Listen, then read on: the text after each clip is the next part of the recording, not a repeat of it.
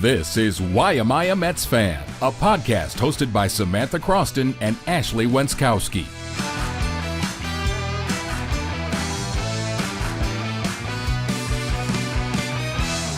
What's up, everyone? Welcome into another edition of the Why Am I a Mets Fan podcast. That's Ashley Wenskoski. I'm Samantha Croston, and we are two Syracuse-based sports reporters. Thanks so much for being here. We're going to talk about some Mets rumors today. Be sure to like, comment, and most importantly, subscribe. Some bits and bops. It really helps us out when you do that. We're going to start by talking about Edwin Diaz, who last time out said that he was feeling 50-50 about whether or not he returned to New York. It's been a slow news week in baseball in general, I think, but also for the Mets. They did have the GM meetings. We were talking about that at the beginning of those, didn't really talk about the wrap-up end of it. David Stearns had some things to say. Edwin Diaz, yes, he put on his free agent priority, quote, "To just get the best deal for my family. I love New York. I would love to stay in New York, but if I have to go another place, I would be happy. I want to win a ring. So wherever I go, I want to win a ring and enjoy the time." And then somebody else asked him, what would he put his chances on in terms of returning to the Mets? And he said about 50-50 right now. Not surprised to hear that. If you're Edwin Diaz and Edwin Diaz's representation and his agent, you don't want to show your hand, right? You don't want to get up there and say, "I want to be a New York Met," because then that sort of feels like you're putting every other team at a disadvantage. You want to play your cards right in terms of free agency. You want to give the Mets a little pressure to make sure you're getting the most money out of that contract. I wasn't surprised to hear him say it. I still don't love it because, as we've covered extensively, I would like Edwin Diaz to be back with the New York Mets. I think everybody would like Edwin Diaz to be back with the New York Mets, but if you are a Mets fan, stay cool, stay calm, and stay collected, because understand that this is all a game, right? Like, even if Edwin Diaz in his head and heart really felt like he 100% wanted to be back with the Mets, that's not what he's going to say. No. These guys have been through this before. They understand the way this works. You do have to play a certain game if you want to make the most money. So I don't take anything that anyone says during free agency personally, is my point. No, me neither. There has been, this is all, disclaimer at the beginning of this episode, this is all rumors. None of this is really based in fact, but Mets Twitter has had a lot of rumors this week about, that they made their preliminary offers to both Diaz and Alonso. It was said in a few circles that the one for Diaz was 4 years, $88 million, and Alonso would be 3 years, $102 million. My immediate reaction to that is that could get it done for Diaz. It won't get it done for Alonso. Do you think it should, though? 3 years, $102 million for Alonso. At that average annual value, what is that, like $30 million a year? Absolutely. I think Alonso is probably more concerned about the length of the contract. I think he wants like a 5-6 year deal. Which I understand, but it's like, how many times do you want to keep going through something like this, Because it's what, he's 31 though? If he wants to play till he's 40 or around that, what is he going to revisit this again at 34? You know what I mean? If you're Alonso, how many times do you want to do this? Well, I kind of get that too. What do you think he'd settle for? 5 years? I think he wants like a 5 year, something around $20 million a year average annual value, probably a little bit high. But then you get into what I said the other day. Bet you wish you could have that 7 years, 158 back, because that's around what they'd be talking about now in terms of average annual value. So I don't know. We'll see. Obviously, David Stearns did not have any concrete answers on either of them at the GM meetings. I think that you can take, with Stearns' answers there, you can make inferences, right? Like the way he talked about a guy like LuisAngel Acuna makes me think that he really might not be back with the team. The way he talked about some of the other prospects makes me think that they could be up in New York at the start of the season. Guys we didn't even necessarily anticipate, like a Carson Bench, like some of those outfielders. There's been rumors and speculation that that the Mets are fielding trade inquiries on Jeff McNeil. This was actually reported by John Heyman and SNY, so it's a little more reputable. Obviously, McNeil's 33. He hit .243 with 12 home runs last season. He was hurt for part of it. He did undergo surgery this offseason, thoracic outlet syndrome, which is something that is not good. That deals with your nerves. I believe that's similar to what Matt Harvey had, but for a pitcher, it's obviously a bit different. We talked about last week how they could be also trying to change the culture in a way. Maybe if you don't bring back some guys like Alonso and McNeil, that's switching up the clubhouse a little bit. It's switching up the vibe. I would be welcome to seeing Jeff McNeil go, because I understand he picked it up again at the end of last year and started hitting and started having some value again. But guy's 33. I wouldn't say he fits in wonderfully in that clubhouse or is a leader in any way, shape, or form, or brings a lot to the table, in that way. And beyond that, they have a complete roadblock overkill of infielders that they still have to figure out what to do with. Brett Beatty, Mark Vientos, Acuna is still on the team. I mean, just keep going through the list of all of those guys. It's like McNeil is very evidently the odd one out to me. I know he can play some outfields, and he was doing that last year, but McNeil's kind of dead weight to me at this point. Yeah, I feel like with the infield, it's no man's land at this point. You got to make some concrete decisions with these guys. I think getting rid of Jeff McNeil would be a home run. The guy wouldn't hug Brett Beatty back, man. He wouldn't hug Brett Beatty. Raccoon, circa I mean, 2012, come on, man. whatever that was. He just wasn't. He wasn't fun in the way that the Mets team is fun. And I honestly do think, like everyone has been saying, since last year ended the way it did, so heartbreaking. It's so disgusting. Like I haven't actually thought about that in a few months, and I'm actually disgusted thinking about it again. But based on the way that it ended, obviously people had questions, and the one thing that kept coming up over and over again was something was off about this team that you just couldn't necessarily see and you couldn't necessarily place, but you felt it. I don't think people need to overcomplicate it or make it into more than it is. I think it was a culture thing. I think that Jeff McNeil is a part of that. I just don't think he adds a lot. I think he has a weird attitude, but he's also an older guy, so it probably gets in the way of things. When you have some younger guys who are trying to figure out their place and their role within the organization, right? But who are you looking to? The older guys to set the example. I want all the older guys in the clubhouse to set the kind of example like Nimmo and like Lindor. And you know what else? This else? feels pertinent. Sure. Juan Soto, when he was at the MVP announcement, which was very funny, by the way, because the entire planet of Earth knew that Shohei Ohtani was going to win it, and yet Soto and Kyle Schwarber had to sit there, and they did not look too amused, by the way. I get it. They were like, we have to be here. Required event. Soto did say during some press thing of that night, he said that he would like Starling Marte to be back, which is sort of funny because I almost feel like Marte just plays like, he's like the old fun uncle in that clubhouse. Like you don't actually know what he brings to the table. He might pinch hit and like hit 10 home runs off the bench just like to do it. But I would say, okay, compare two very different players, and I understand that hitting wise and whatnot. But Marte, McNeil, aging guys, you don't really need either of them. Utility guys, off the bench guys, pitch hitting guys.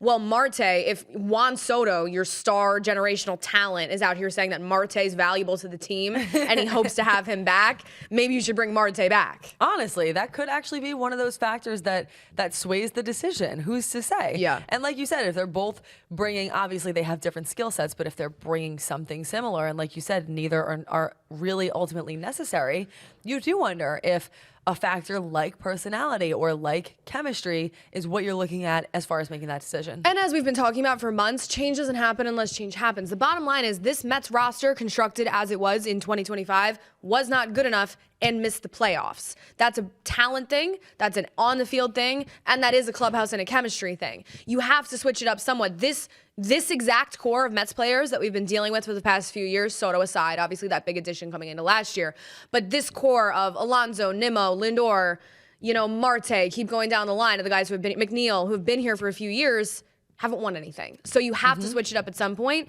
And all these guys we're talking about are aging to a degree. Not Lindor and not Soto, although Lindor is approaching, I think he's 30.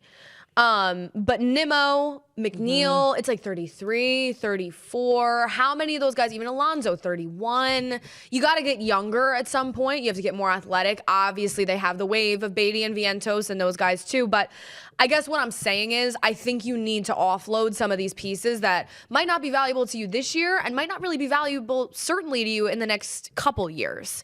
Nimmo's another guy that's been rumored to possibly be a trade piece. Joel Sherman of the New York Post reported that, another reputable source. He does have a full no trade clause. He's 5 years and $101.25 million left on his contract. I'm going to say something. I don't want to trade Brandon NIMMO. I actually think NIMMO is an extremely positive culture guy, clubhouse guy, leadership guy, has spent his entire career with the Mets, came up with the Mets, still provides them value in the lineup to a degree. But I mean, he's 33, $101 million. I'm not really interested in paying Brandon NIMMO $101 more million. Right. Yikes. Wow. Yeah, that's a big number. But I agree. I mean, see, this is where it's going to be It's going to be tough. I don't envy, the role of like a David Stearns around now. When everyone else I feel like is taking a break and relaxing a little bit. I feel like this is a really stressful time to be a dude like him, because what are you going to do? It's like you have to do something significant here. There needs to be a switch up. There needs to be a real big switch up. But is that the right switch up? It's like, that to me feels like the guy you hold on to. Maybe you do dump Alonso. I'm honestly not tied to, I'm not tied to Alonso in the way that I'm tied to Diaz. For a few reasons, but chief among them, I don't really like the way that he handled his negotiating process. A part of that is because of Scott Boras and his dumbass puns and whatever else he's... And his profile pictures and his elusive... polar plunge. Honestly, that was funny though. Like I have to like that was funny. Like, the alliteration. Yeah. It was obviously rehearsed, but the fact that on the spot he used that at the right time and remembered it was kind of electric. How many times did he practice it? I can't lie. A lot. A lot. He's like a narcissist kind of guy looking in the mirror like that was like 2 or 3 sentences hard. too. Like you had to lock in for that. Yeah, somewhere in the realm of 50 plus, I'd say. No, I agree. No, I mean, we agree, I think, in that I think that if Alonso's a fit, you bring Alonso back if he fits your money and if he fits what you want. I don't necessarily know if he's going to. If not, get rid of McNeil, try to trade him while he still has somewhat of value. He's coming off of a good second half last year. Maybe you get rid of Alonso, and that's where you get younger. You get one of those guys that we discussed in those trade targets, not Kyle Schwarber, that would make you a little younger and a little more athletic at first base and beyond. Nimmo, I'm not ready to part with yet, honestly, and he does have a full no trade clause, so I'd be very surprised if they did. Also, last year he hit like a career high 25 home runs. Like Nimmo hasn't gone down the slippery age slope yet. I'm just saying I almost have like a cautionary, like in a year or two, the amount of money that they're going to owe Nimmo still is not going to be very pretty. And I do understand that, which again, it goes back to decision making and how you want to handle this here. I mean, is that you saying that? What are you saying there on the Nimmo front? Like, what would be your ideal way of that situation playing out? Hold on to him for another maybe this is something you revisit the next few off seasons is does he have trade value after next year, after another year, because I don't think in 5 years I don't really know how valuable Brandon NIMMO is going to be to you. What do you think about using Acuna or Vientos as trading pieces? I think Acuna, I think Vientos is more valuable trade-wise, certainly because of that rookie season that he had. He had a sophomore slump, as we know.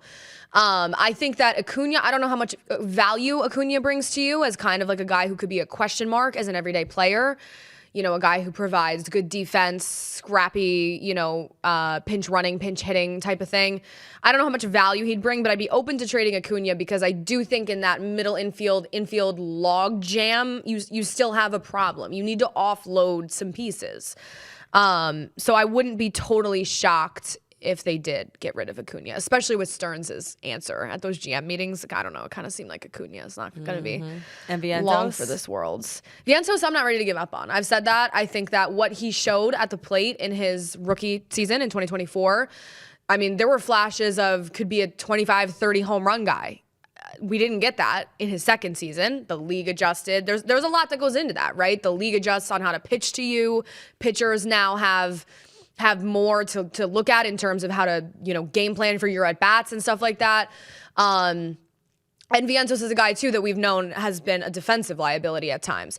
That's the other thing we're not talking about is David Stearns has made it quite well known at a few turns that he wants to get better defensively. Right. That's a mark of championship caliber teams. I mean, a guy like Nimmo, a guy like Vientos, they don't necessarily benefit you defensively at all. What about slotting Vientos in at first base? I'd be open to that if the Alonso signing obviously doesn't happen. I don't want Kyle Schwarber, and I've made that you have made that abundantly clear. Quite known.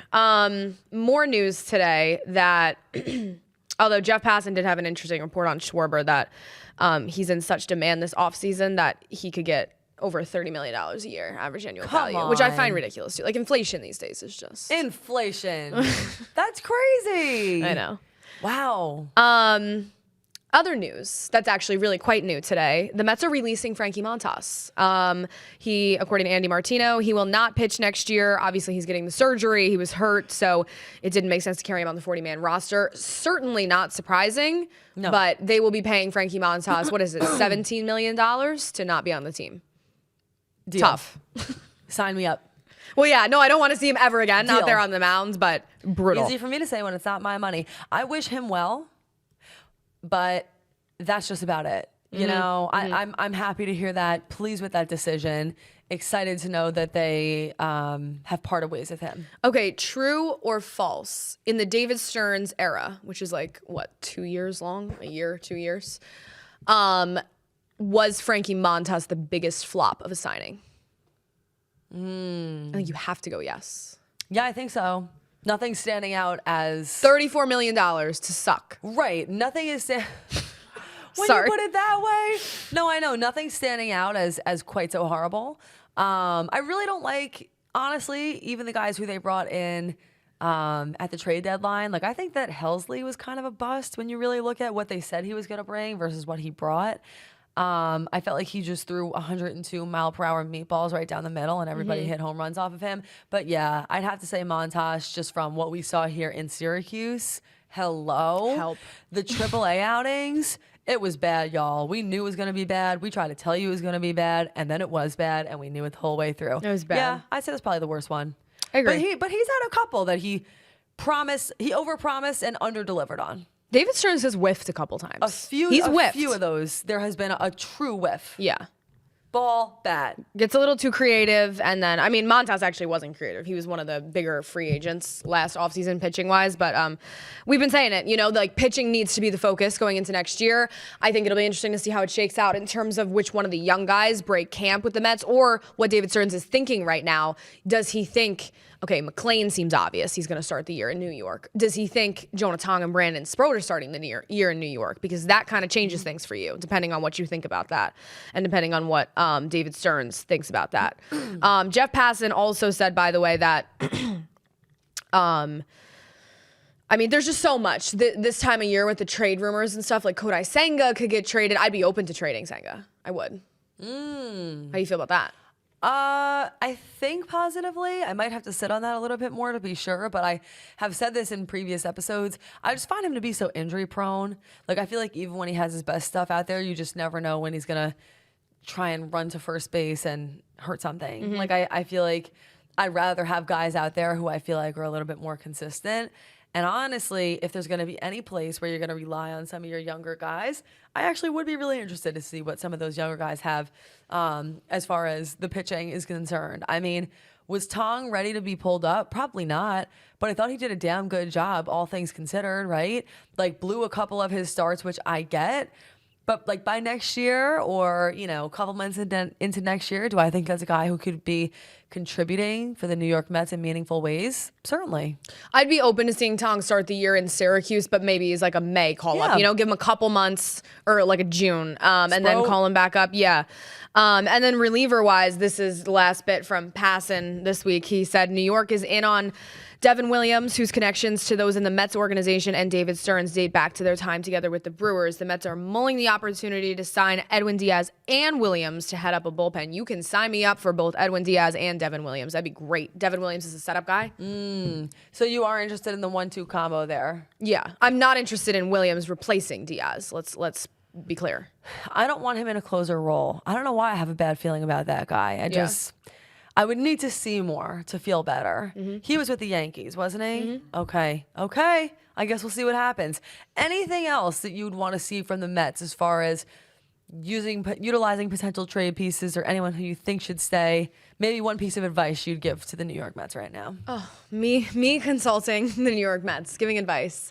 We're all waiting and we all want to hear. Let's get younger. Let's get more athletic. And like I said, there needs to be some change, right? So I said, I don't want it to be Nimmo. Then maybe it needs to be Alonso. Maybe it needs to be McNeil. There needs to be change in that lineup and beyond, and more of a defensive focus heading into next season. And also, I'm ready to get the show on the road. I know that these free agent discussions take a long time. Pete Alonso waiting until February last year. What if we didn't do that, Pete and everybody, Scott Boras, David Stearns? What if we didn't take until February? I know the focus was on Soto last year too, so that kind of overshadowed things, but I feel as though some of this free agency stuff needs to get the ball rolling sooner, because if you're the Mets, I don't know if you can afford to wait until February this year, because if you don't get Pete Alonso, you got to replace Pete Alonso. I think just be decisive here. That would be my main piece of advice. Be decisive, make a few big changes, commit.